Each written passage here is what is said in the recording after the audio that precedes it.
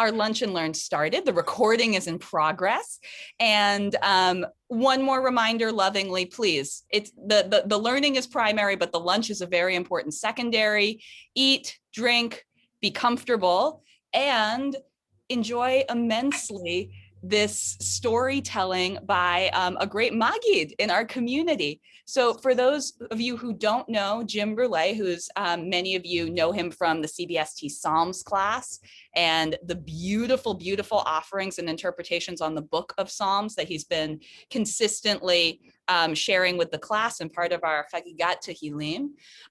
Jim has a unique and extremely sacred title in Jewish tradition and Jewish culture of being a Maggid, a storyteller. And this is a distinct tradition throughout Jewish history, carried on by some of our absolute favorite storytellers all across the world. And it's an incredible honor and a boon to all of us that such a person is a member of CBST, has this remarkable expertise, and is ready and willing to share it with all of us. So I want to hand it over to Jim with an immense amount of appreciation and gratitude for sharing your gifts. Thank you so much. And welcome, welcome, welcome. And thank you for inviting me. It's a wonderful community to be a part of. And I'm happy to have the chance to share some of my experience in a story or two and other things as well. Just a moment about me. I got my smicha as Maggid about a dozen years ago, a little more than that. But my career has involved things like clinical psychology and artificial intelligence and healthcare reform. And right now, besides being a Maggid, which is my main thing, I'm also a death doula. So I do a lot of work in the heart and in the soul. That's where it's important to me. Today, the topic is using storytelling to build community. And so I want to just give you a quick overview of what we're going to do, and then we'll get right into a story because that's the most important part. So we will start with a story. We'll have a brief exercise that we'll do. We'll start as a group and then go into breakout rooms for about 15 minutes and come back from that, a little practical exercise on the topic. And then I'll share a little bit of the neuroscience behind stories and why this actually brings people together in some very amazing ways. And then we'll have plenty of time to talk and discuss and see where else that takes us. So here we are. But, you know, as Rabbi says, being a Maggid, it means everything starts with a story. So let me invite you into a story for a moment. And if you just take a moment to clear your breath, to clear your mind, to know that we're about to enter a special world of story, where we all are welcome and we all are familiar. And as we enter this world of story, if you like, you can imagine yourself high above the earth, looking down, seeing the wealth of mountains and forests and rivers and the ocean. And it's just a beautiful, beautiful, beautiful sight. And if you look off to one side, you would notice a very tall mountain. And you might kind of fly over there in your spirit and land on the top and look down. And you can see the cliffs beneath you and the forests beneath that and the plains and more mountains in the distance and far away, a great ocean. And as you're standing there on this mountaintop, your feet square on the ground, you feel a rumble. And the rumble grows louder and more forceful until suddenly, just beneath you, there's an explosion of water in a spring leaps forth from the rocks beneath you, tumbling down the cliffs. And if you were that stream, you would know that there's only one thing that matters to you, and that's getting to the ocean. You yearn for that ocean with all of your being. And you know, tumbling down these rocks as you are, that you're headed there. You're filled with excitement and joy. You're fulfilling your yearning with every little bit of who you are. And so when you tumble down these cliffs and you encounter a boulder in your way, you just run around it and rejoin at the bottom, because you're drawn so clearly, so joyfully, so completely to the ocean. And the more you travel downwards, the more water is coming out before you just have this inexhaustible source of yourself.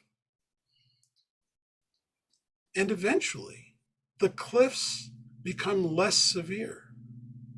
The terrain starts to soften a little. And you find yourself in a thin forest, streaming around roots and trees. And even if a little bit of you puddles for a moment, it rejoins the rest and you continue your trek through the forest. And in that forest, you see the birds flying above you and you smell the earth around you. Some of the birds come and drink from those little pools that you make. And you're still filled with joy, but it's a little more serene now because you know you're headed toward the ocean. And the forest grows thicker and the light grows a little more dim. It's filled with green, and you just know the ocean awaits you.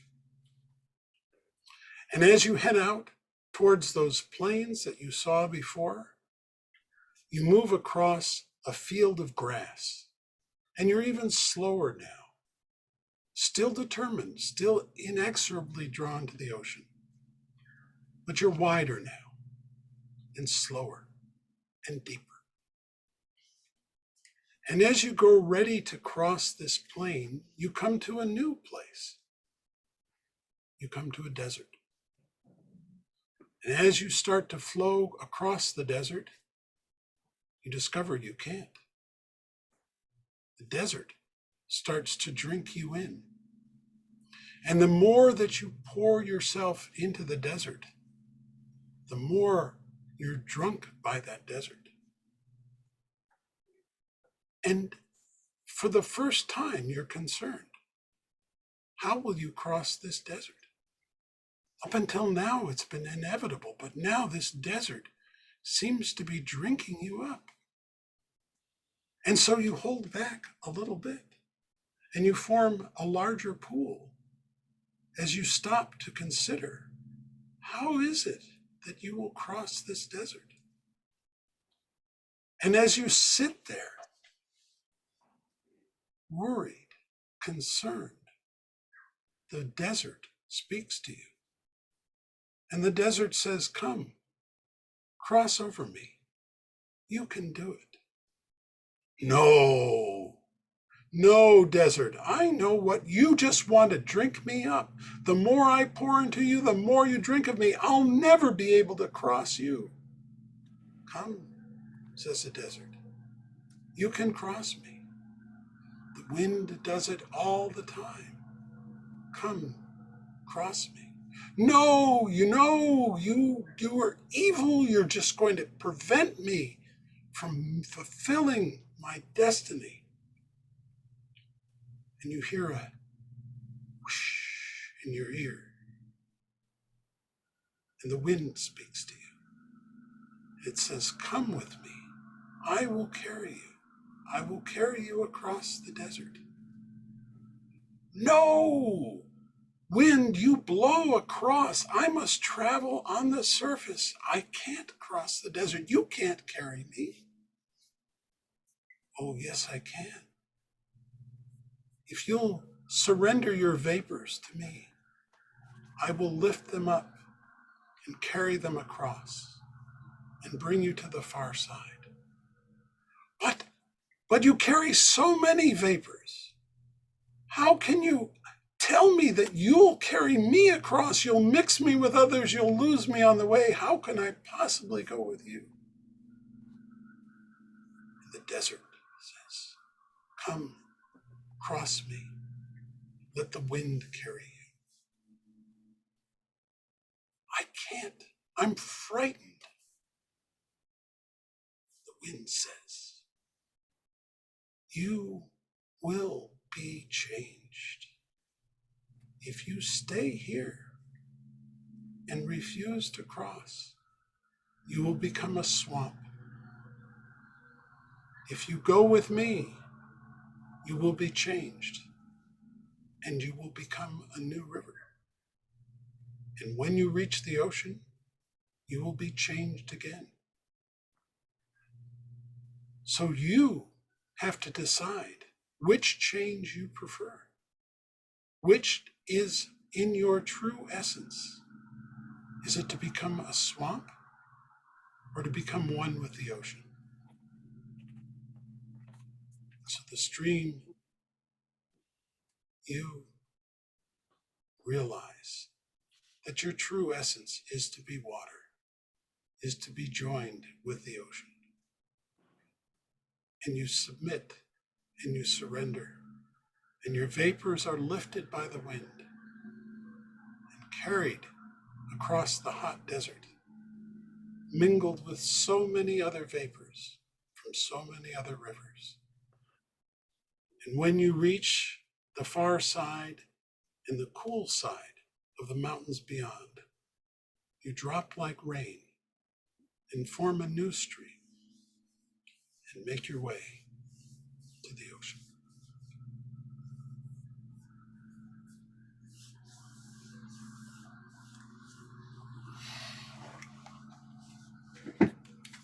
That's a Sufi story that I've been very pleased to have learned. I'd like to invite you to take a moment and just reimagine some part of the story that felt particularly attractive to you,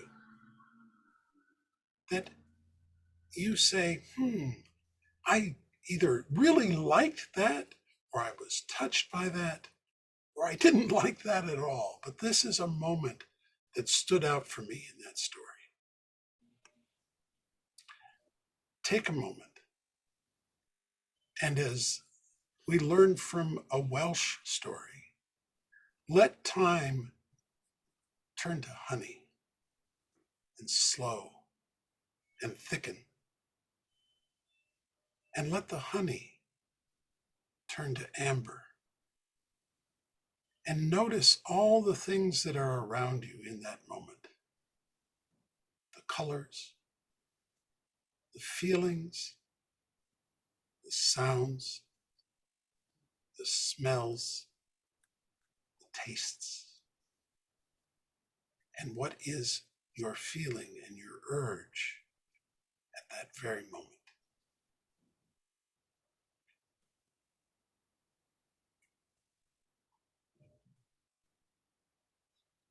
So here's what we're going to do. I'm going to, let's see, how many of us are there? There are 9 of us. So we're going to go into 3 rooms, 3 of us in each room. And we're going to have 15 minutes there. We'll have 5 minutes each. We're going to prepare just before we go in. Here's what you're going to do. I want you to take that moment that you've selected. And I want you to imagine that there's a picture beside your bed that has that moment in it. And that picture has you in it as well. And that picture has at least one other person. All right, so imagine there's a picture at your bedside, you're in the picture, at least one other person is there, and that it's of that moment. And when you get to the room, the first person will tell what that picture looks like. Where, and in particular, how did the people get there to that moment so that their picture could be taken? And the first person will be telling that to the second person. And the second person will be listening with great eagerness and appreciation. And if there's something that's not clear, they'll ask. But they mainly want to make sure they hear that moment clearly. And the third person will just sit and watch how this process evolves. Then the second person will tell the story of their picture to the third person while the first person watches. And then the third person will tell the first. So we'll each get a chance to tell a story, to hear a story, and to watch the beautiful interaction of storytelling and story listening. Does anybody have a question about that? Sherry, you're right on schedule. Yes. How? When one is listening to the person, does one ask questions, or is it a totally passive experience? Ask a question if something is unclear or uncertain, if you'd like to have it elaborated, right? But let them have the balance of the moment, but don't be shy about asking. Great question. Rabbi, yes. Should we be keeping track of time? Once we get into the breakout room, somebody's a timekeeper watching for 15 minutes. So or are you going to message us? I will be in one of the rooms, so it works out. But I'm not sure if I can message from the rooms to everyone. I will try, but I'll send out a 5-minute warning every 5 minutes. Yes. And I think Maya, did you have your hand up? Someone else? Just a little thing that if you ask, you don't ask in the story, but when it's finished, I guess. Yeah. Let most of the story be told and then ask your question. Yes. Yeah. Okay. And I see something in the chat. Let me see if there's a question there. Okay. No, we have an answer. So here we go. And I will do, remember, we've got 5 minutes each. And I will join whichever room needs a person at that point. So we'll be back.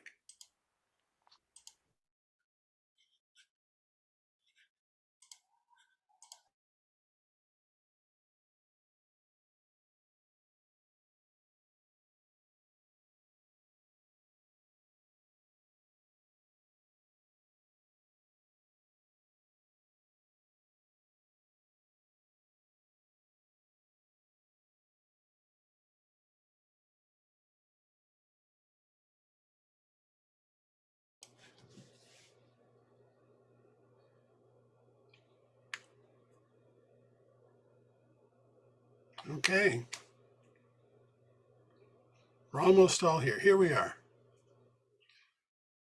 So, does anybody have something that they would like to share from their own, what they learned on their own, or what they learned by observing the other two? So, any comments or thoughts or observations? It's amazing how a seemingly simple story sort of adapts itself to whatever's in your life or family or stuff. Yeah, absolutely. Darina, did you have your hand up? No, just raising my thumb in agreement. Okay. Any other reactions or thoughts? I was in a room with Sherry and Larry, and I don't know if the two of you felt a similar desire and tension, but it was really hard for me to be an observer and not a listener. When our third participant was telling the story to our first participant, and I was supposed to be in watching mode instead of listening mode, it was hard, to remind myself to watch. The story was engrossing. I had some questions about it, and yeah. yeah, and experiences as the observer, because that's really the unusual thing. Yeah, Sherry, go ahead. I was going to say how each one of the stories was so deeply personal. You know, it wasn't like sort of going outside of yourself and seeing something. It was all something that had great meaning to each one of us. Yeah.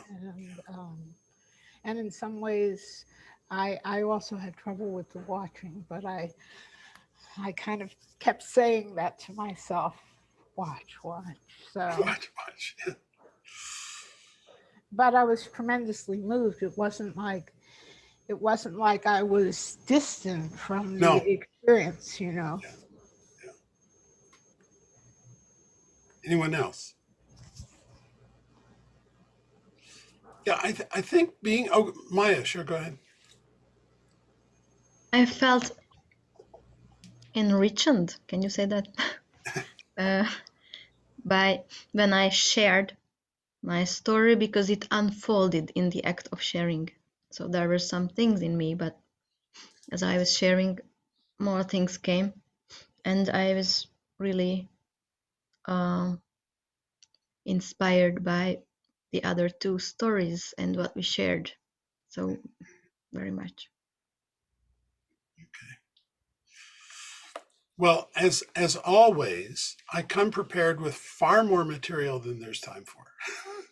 So let me take a moment and go into a little bit of my prepared information that I want to share with you, but I will keep it short so that we have a chance to discuss a little bit at the end as well. So I'm going to share my screen, and you should all be able to see something that says transformational storytelling. Okay, let me move this out of the way. Okay, so I could do the whole thing on this first slide, the next slide here, which you may recognize as the word tikkun. And most people who have a familiarity with the word think of it as to repair or to fix. And it certainly does mean that. But it has another simultaneous meaning, which is to adorn or to embellish. And this is a piece of art I commissioned from a fellow in the Old City. And what you see in the middle of each letter is some gold leaf. And if you think about Leonard Cohen and, you know, the cracks are where the light get in, this is the idea that when we're talking about healing, which is what I'm very much involved with, we're talking about not covering up the cracks, but adorning them and giving them respect and honor for what they bring to our lives, as difficult as those cracks and wounds are. And so storytelling is something that helps us go into those cracks, helps us open up those cracks and tell a new story about what's going on as we move forward. And the other thing I just want to say by preface is that I look at the world where we are not just individuals who are wounded and healing and growing and all, but as communities, as systems. So a system, a friends group can have a wound or can heal or can grow. A congregation, a community, all the same rules apply no matter what level we're looking at. But now I'll do my didactic piece, and you're going to be amazed at the quality of computer graphics here. This is the narrative arc. And if you've heard the term before, this is simply a way of marking up the passage of a story. From left to right is time, and up and down is the amount of emotional investment or energy in the story. And so the typical story starts with, now stand back because Steven Spielberg, watch out, we have a protagonist. And the protagonist comes into the story with some kind of yearning, that this is the thing that they're the whole story is about is how is the protagonist going to achieve their yearning. And it's going to, the typical story will take us through a number of obstacles that have to be overcome in order to in order to get to that yearning. And some number of these will repeat over and over until finally the hero or heroine gets to so close to their object of desire, but they have a huge battle to overcome. They do in fact overcome it, and we can all go and sip margaritas on the seashore. So that's storytelling in a nutshell. Now, what's important about this is that this is the structure of the vast majority of stories that are told, okay? And what we've learned from neuroscience is that this is actually wired into our brains. So that when I tell you you're about to hear a story, your brain immediately starts to go into a new state to receive that story. And in fact, we know that there are certain neurotransmitters that accompany each part of this story. If you've ever been told that the best way to start a presentation is with a joke, there's a reason for that. It's because you're invoking endorphins through humor, which stimulate focus and creativity. And you get people attached and listening and learning, ready to learn. But then immediately you let the energy drop a little bit and you build some bonding with that protagonist, which we do through the evoking oxytocin, which builds great empathy. And if we had more time, I'd tell you about how this works. But as we then reach our first set of challenges, we're going to get dopamine flowing, which will not only increase the focus, so everybody starts paying attention more when that conflict or that anticipation comes, but it turns out we're also priming our memory to form a new memory. So when we get to that first or whichever obstacle, there'll be a change provoked. As we find our way around that obstacle, we overcome that obstacle, we get a little rush of cortisol and adrenaline, which is provided by a context shift. And in that moment, our brains rewire themselves a little bit to accommodate that new, unexpected learning. And that just repeats over and over until finally we have the big context shift at the end, and there's a denouement, and we go back and get some more empathy flowing so we can seal those memories with oxytocin. And we have rewired our brains in the process of hearing a story. We've also rewired them, by the way, when we tell the story, because every time a storyteller tells a story, the same thing happens to that person. And they are rewiring themselves, if you will. The other thing to know about this, and this is really the quick tour, is that there's this thing called neural coupling. And what neural coupling means is if I'm speaking to you and you're listening, then your brain starts to actually have the same brain waves that mine does. And there's a measurable coupling of our two brains. And when that happens, you start learning things that you don't realize you're learning, that I may not realize I'm teaching. We're starting to sync up. And this is a measurable phenomenon. There's all kinds of great information about it. But what it means is that when a story is being told, a community is being wired between the storyteller and the story listeners. And it's actually being formed so that when you get back together the next time, there's an even better chance that you're going to connect a little more quickly, a little more smoothly, a little more automatically. So that's kind of the very brief notion of storytelling and neuroscience. The last thing I want to say is that when my group, we were talking about my daughter being a mountain climber. If this was the map she took to climb her mountain, she'd be in real trouble the minute she turned right or left, right? There's no information about the terrain. But, cartographers have understood that problem, and they've done this thing called, topographic maps. And if you look down this particular line, that's the narrative arc in this particular case. So if I were to wander from the left to the right, I could find my way back to the trail. But like any path through the mountains or any good story, they're not a straight line. They wander and they meander, and sometimes we take a different route. In this case, we might be going up to Buffalo Mountain, but another time we might want to go to South Willow Falls. And if the terrain is the same, but the path is different, then we have a new story and new lessons and new wonderful things to explore.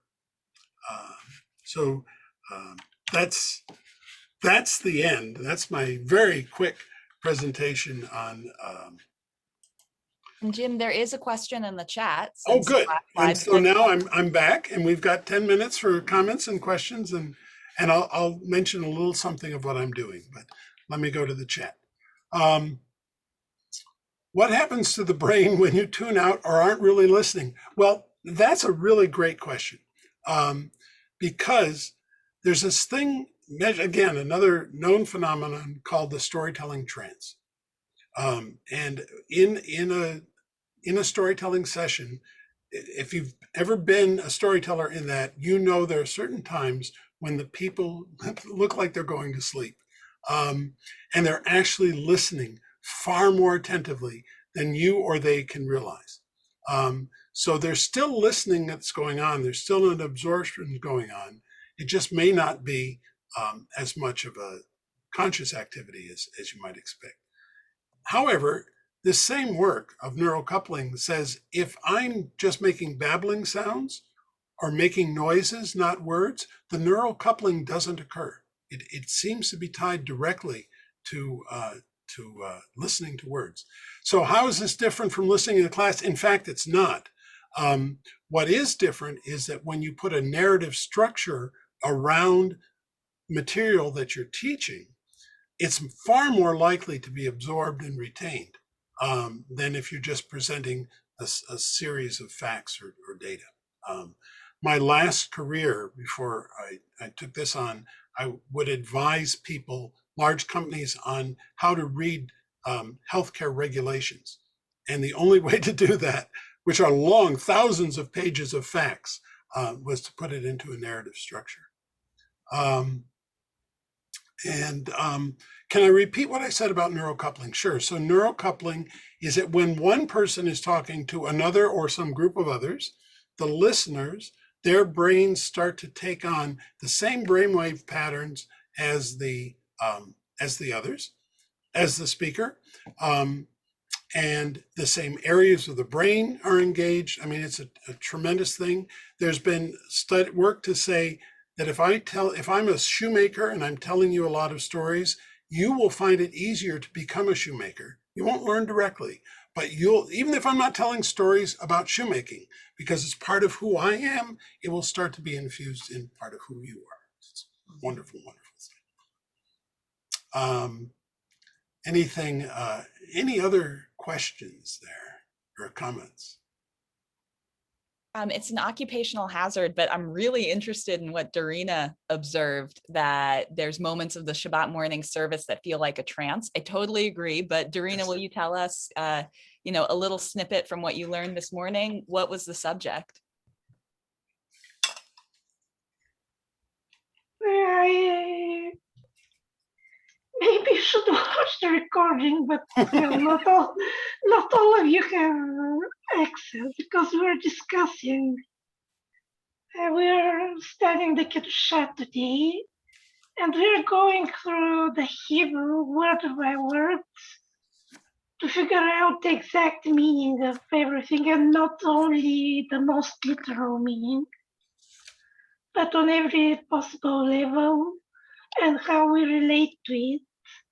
And somebody in the class lamented that people today don't know what they're saying and why they're saying it, and can't truly participate because they don't know exactly what they're saying, which has a purpose. he was talking about trance-inducing, and I didn't quite understand.